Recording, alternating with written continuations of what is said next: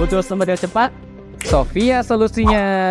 Bisa nggak sih Indonesia jadi hub konser seperti Singapura meskipun tentu banyak PR yang harus diperbaiki, infrastruktur, birokrasi, sistem pertiketan. Sekarang kita akan bahas soal sistem pertiketan. Kira-kira sistem tiketing yang cocok di Indonesia apa sih supaya bisa memberantas calo-calo yang makin banyak dan nyebelin ini. Pagi ini kita akan bahas bersama Nuran Wibisono, pengamat musik di Kompas Bisnis. Mas Nuran, halo selamat pagi. Halo, selamat pagi, Mbak. Oke, ini kita bahas soal konser ya Mas ya. Ini kan tentu yang lagi happening adalah Coldplay, terus yang kemarin ngewar-ngewar dan banyak calo yang jual dengan harga berkali-kali lipat. Pertanyaannya sebenarnya yang salah sistem tiketing di Indonesia atau ya emang oknum-oknum calonya aja yang kurang ajar gitu karena menjualnya dengan harga berkali-kali lipat ini?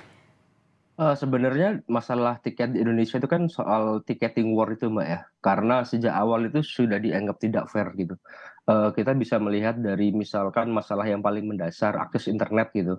Di Indonesia kan akses internet tidak merata gitu. Padahal tiket war yang seperti yang sekarang dipakai oleh banyak konser di Indonesia mengadakan internet dan piranti yang cepat gitu. Dari sana aja sudah dilihat bahwa sistem ini dianggap tidak fair gitu. Dan itu tadi masalah calo yang saya nggak tahu apakah mereka memakai bot atau memakai orang dalam. Contoh kasus terbaru adalah The Course kemarin yang sold out dalam waktu dekat gitu. Dan saya lihat banyak orang protes karena ini The Course tidak sepopuler Coldplay misalkan, tapi kok sama-sama cepat habisnya gitu. Hmm. Saya pikir itu ada yang salah di sana gitu. Memang.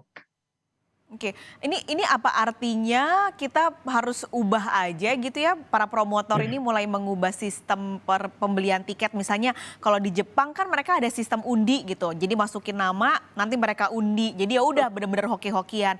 Atau di Singapura mereka juga masih punya tiketing kayak kalau di kita Budibio gitu ya. Nah, Ya, apakah ya. harus seperti itu sistemnya?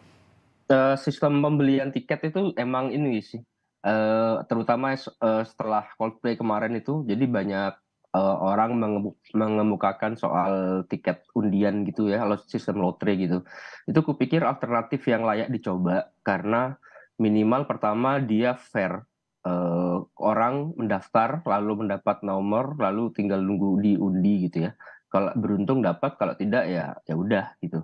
Itu lebih fair, lebih efisien dan efektif, dan kupikir cara seperti ini layak diterapkan di Indonesia sih, Mbak. Dengan apalagi terutama sejak Coldplay kemarin ya, banyak yang protes dan banyak yang mengeluh gitu ya. Dan kupikir jadinya sistem ini layak untuk dicoba sih.